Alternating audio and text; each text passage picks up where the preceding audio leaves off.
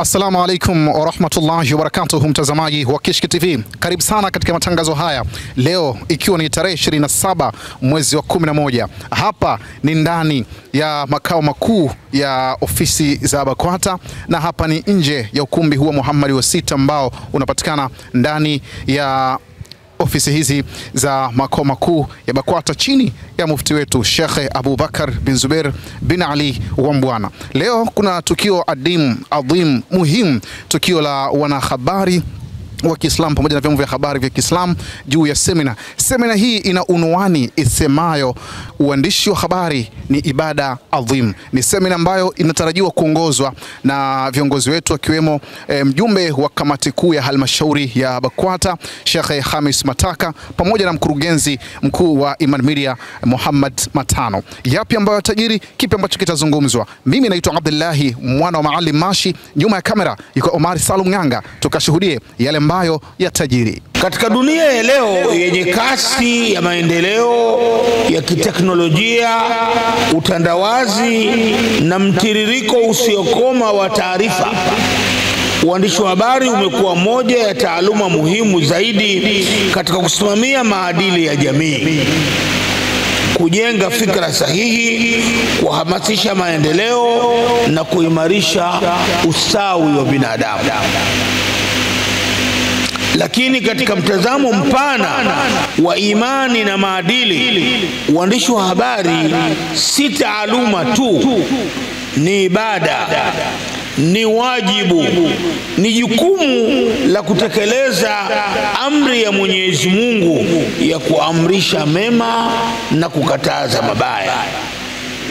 Mtume Muhammad sallallahu alaihi wasallam amesema, mwenye kusaidia katika kheri anapata thawabu ya kheri hiyo, na mwenye kusaidia katika uovu anapata madhambi ya uovu huo. Maana yake, wewe kama mwandishi, wewe ukiwa mwandishi, ukisimamia utoaji wa habari za kweli, habari za haki, ukatenda uadilifu katika kazi zako, wewe unapata thawabu.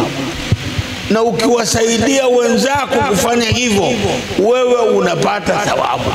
Na ukiwa wewe ni mzee wa fake news, basi uelewe kadiri ya fake news zile zinavyosambaa na kupotosha watu na kuharibu umma, na wewe madhambi yako unayo.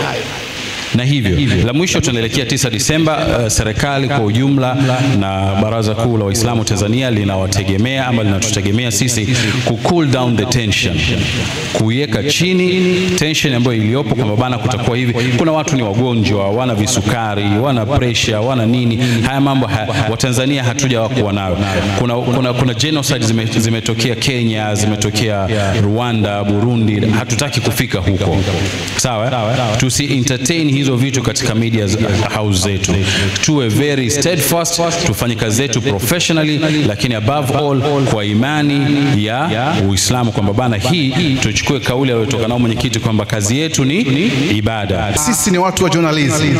Journalism yenyewe iko hivyo. Yaani tukisoma ethics of journalism, mambo ambayo Sheikh Mataka ametukumbusha hapa ndio ambayo tumeyasoma kule kwenye journalism. Niliwahi kusema na leo naomba niseme, mara nyingi ukiwa umesomea uandishi wa habari alafu ukawa ni Muislamu, vitu vingi ambavyo vipo kwenye uandishi wa habari ndivyo ambavyo kwenye Uislamu unatufundisha. Hata ukisoma ethics of journalism, ndio Qur'an, hadithi za Mtume, ndio mambo ambayo wanayataka. Mfano, kule tunaambiwa kuhusiana na accuracy, tunaambiwa kuhusiana na truth, tunaambiwa kuhusiana na kuepuka kutoa naita priya, yani kuto kufahamu jambo kabla kiundani zaidi. Kwa hiyo ukisoma, Sheikh Mataka ametusomea aya namna gani kwamba unapojiliwa na habari lazima kwanza uthibitishe, na ndio kwenye kanuni za uandishi zinataka hivyo, tena zinakataza kabisa yani kwa faida kutoa taarifa ambayo mtu hauna uhakika nao. Kwa nadhani kando ya haya ambayo yamesemwa na viongozi wetu, lakini kuna namna pia turejee kwenye zile ethics of journalism.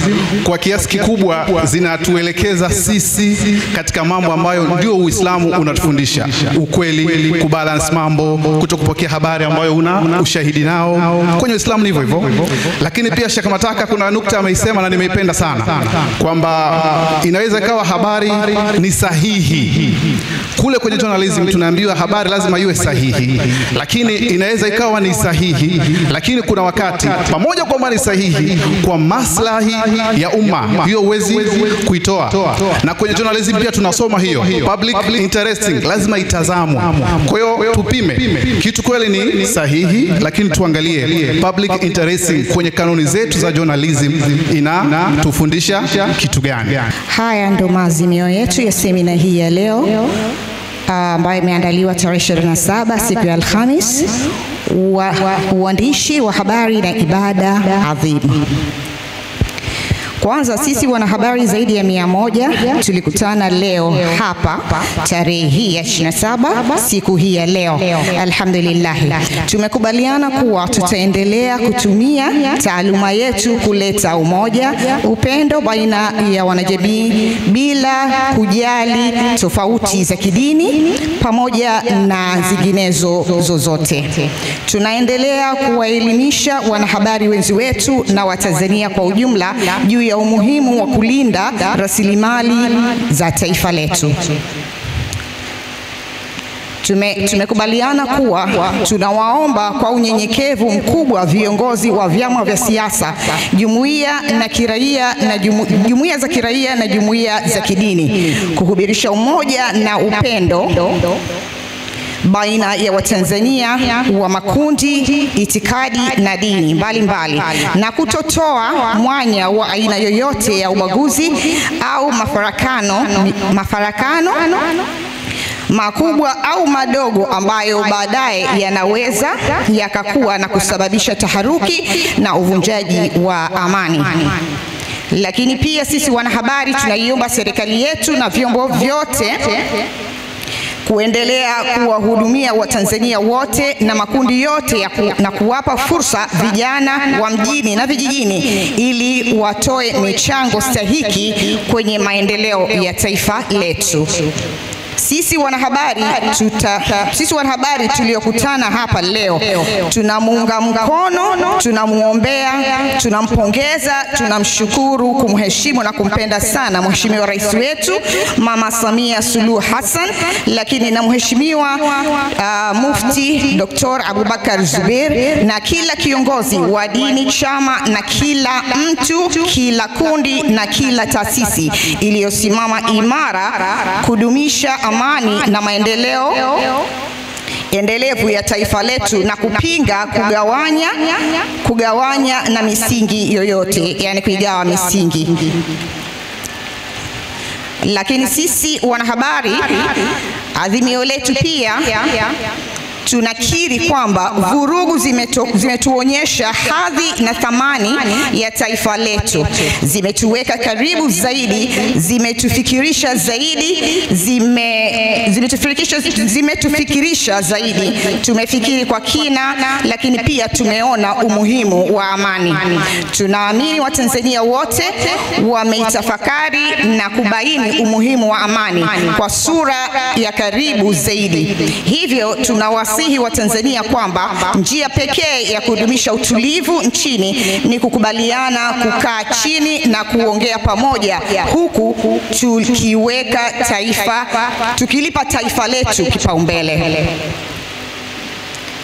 Lakini pia tumebaini kwamba hakuna kikundi, jamii au taifa lolote ambalo kwa sababu au mazingira yoyote iliwahi kutatua matatizo yake yoyote kuleta taharuki, wasiwasi au vurugu. Historia ya dunia kuanzia zamani mpaka hapa tulipo inaonyesha kuwepo mifano mingi ya wazi inayoonyesha hasara kubwa iliyosababishwa na kitendo cha jamii au mataifa kujaribu kutatua matatizo yao kwa njia ya vurugu au kitendo chochote ambacho kinaleta taharuki na wasiwasi.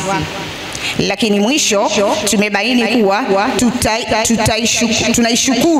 tunaishukuru na tutaishukuru BAKWATA na kuiomba pamoja na wadau wengine waendelee kutuelimisha na kutuonyesha utukufu wa kazi zetu. Mada zilizotolewa zimetufumbua macho na kujiona wenye heshima mbele ya Muumba Subhanahu wa Ta'ala. Tunaomba tupewe nafasi ya kukutana mara kwa mara ili tukutane mara kwa mara katika vikao kama hivi, kuweka mipango ya pamoja kusaidia kuleta maendeleo endelevu na manufaa ya kazi ya kizazi hiki, lakini pia na kizazi kijacho. Mungu ibariki Tanzania, Mungu ibariki Afrika, Mungu wabariki wanahabari wote tuliokusanyika hapa. Semina ya waandishi wa habari wa Kiislamu pamoja na vyombo vya habari vya Kiislamu imemalizika hapa katika ukumbi huu wa Muhammad wa 6, ukumbi ambao unapatikana katika ofisi ya makao makuu ya BAKWATA hapa Kinondoni, Dar es Salaam, Tanzania. Mtazamaji, umeweza kusikiliza kwa undani sana kila ambacho kimezungumzwa hapa, ambapo wawezeshaji wawili Sheikh Hamisi Mataka ambaye ni mjumbe wa halmashauri kuu ya BAKWATA, akiwa ni mmoja kati ya wale ambao walioongoza semina hiyo, pamoja naye Muhammad Matano, mkurugenzi wa Iman Media. Umeweza kusikiliza kila ambacho kimesemwa, lakini pia umeweza kusikiliza wanahabari kwa yale ambao wamechangia. Kutoka katika ukumbi huu, mimi naitwa Abdullahi mwana wa Maalim Mashi, nyuma ya kamera ni Omari Salum Nganga. Asante. Kishki TV, nuru ya dini yako.